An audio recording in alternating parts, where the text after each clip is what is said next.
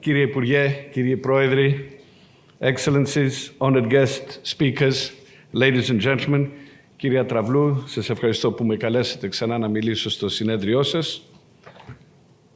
Let's refuture shipping. Let's. But it depends who's tasked with the job of futuring our industry. If we convene a committee in order to be politically correct, we will probably avoid a disaster, but committees rarely solve real problems. So who should be tasked with such a responsibility?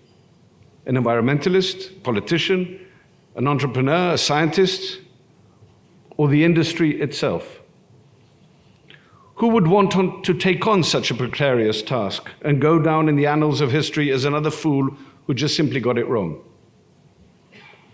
Early in the 19th century, there were about 200,000 horses in New York City, producing about 15 kilos of manure per horse per day, or about 1 million tons of horse manure per year, plus all the associated flatulent methane.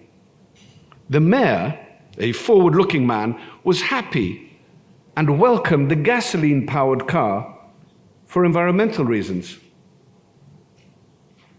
and for the benefit to the health of New Yorkers.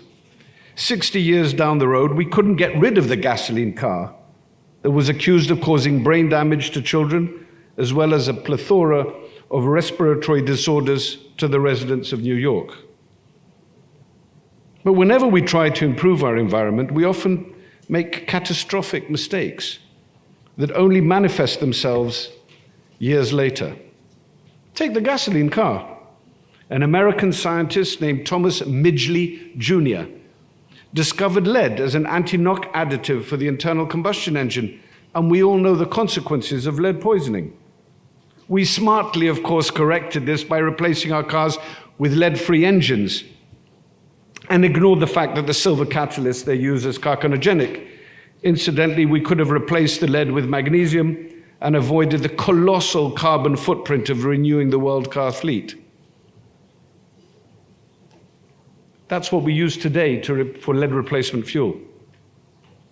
So maybe the mad scientist should not be the one to refuture our industry.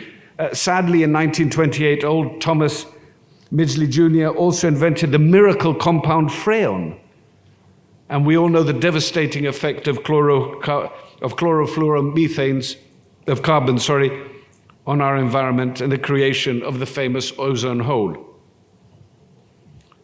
So we will replace gasoline cars with electric cars and decide on how to dispose of the batteries sometime in the future. So you see the problem. A pattern is forming. Will our refutured children laugh at us at best or despise us at worst with hindsight? Then we let the politicians be influenced by our environmentalists on how to fix the future. No offense, Your Excellency. But it's been so cold lately that we no longer call the damage that humans and animals are doing to our environment as global warming. We now call it climate change. We make unfounded sweeping statements such as, when the Arctic ice melts, so many coastal regions will disappear underwater, just like the mythical city of Atlantis. Maybe somebody should tell them about Archimedes. The Arctic is floating, so really, please, nobody's going to go underwater. So we took the first step in refuturing shipping by reducing sulfur in marine fuels. So since the 1st of January 2020, vessels should consume VLSFO. That is actually a sound environmental policy. But as usual, loopholes were left open. If you fit a scrubber, you can still consume 3.5 sulfur fuel, and instead of exhausting it into the air, you discharge it directly into the sea. Not what I call environmentally friendly solution, commercially sound, but environmentally horse manure. We tell the world that within the next decade, we will stop burning fossil fuel. So long change hydrocarbons and move to renewables. In the meantime, we went crazy about LNG, a short chain hydrocarbon. until we realized that it had a similar carbon footprint to liquid fuels. So, on the other hand, we demand that oil companies invest billions to produce straight-run low-sulfur fuel, which we will stop using in 10 years' time. And we will run our ships on what? Dilithium crystals, as in the Starship Enterprise. It's very sweet to read comments in various news reports that the panic over sufficient compliant fuel was overstated and everything is basically back to normal. Well, it's not. Our greatest fears have been materialized. Our Minister of Shipping, John Plakiotakis, warned the IMO on deaf ears. There is not sufficient compliant fuel to go around. As of the 28th of February, according to the IMO website, there were 205 cases of non-availability of compliant fuel, FONARs, and 2,041 cases of non-compliant fuel having to be removed from vessels. That was reported to the IMO. Our company have not yet reported. We received unknown blends that will have unknown consequences to our engines and our environment, excessively high sludges, high pour point, high acid numbers, thousands of debunkerings already reported. But that, dear friends, is not the worst of it. In a new Finnish and Danish joint study in conjunction with MAN and DNVGL, it suggests that the new blends with a higher aromatic content, 70 to 90%, as opposed to the higher paraffinic in traditional residual fuels, leads to higher black carbon, about 10 to 85%, a factor of 2.45 times, more than DMA or marine gas oil. It has been shown that black carbon is the greatest cause of the melting ice caps, as it lowers the freezing point of the ice, rather similar to putting salt on our icy roads. So we still haven't decided who will refuture our industry. We, the industry, has managed without regulation to substantially reduce our absolute levels of CO2 emissions from 2008 levels. So maybe the solution is to do everything by ourselves.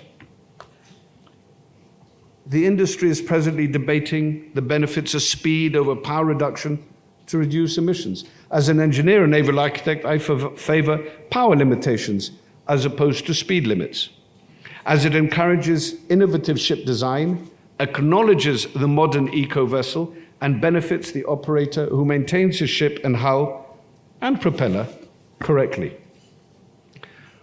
Our future will not exist if we do not take serious action to help our environment. It seems to me that each time we try to help, we tend to discover that we got it tragically wrong. We will all benefit from advancing technologies, such as the production of hydrogen from seawater using solar power. This needs to be developed as we have the proof of concept from last summer. But more money should be spent on superconductivity at room temperature and revolutionize the battery. But we must all have a pet project, an environmental project, so that our refutured children will look back at us and smile. Saving the environment can and should be done in small steps. I, for one, have started switching off all my home appliances. I don't leave that little standby light on, that little red light. If 1 billion people did that in the world, how much better would our future be? But closer to home, what about looking out for our own country? Our coastal seas, the huge amount of plastic flotsam that we see every day, and the huge biodiversity that exists in the Aegean. A prime example is the endangered Hellenic sperm whale that feeds and breeds in the Hellenic Trench. Why not start getting ships to slow down when they're sailing over their feeding grounds, as our industry is required to do in so many other countries? Ladies and gentlemen, will everything become autonomous? Will we have these conferences remotely from the comfort of our environmentally friendly home? Who knows? We live in exciting times. let's see how we end up refuturing our industry. I will let you know in 50 years when we are all here to discuss the outcome of what we decide today. Thank you very much.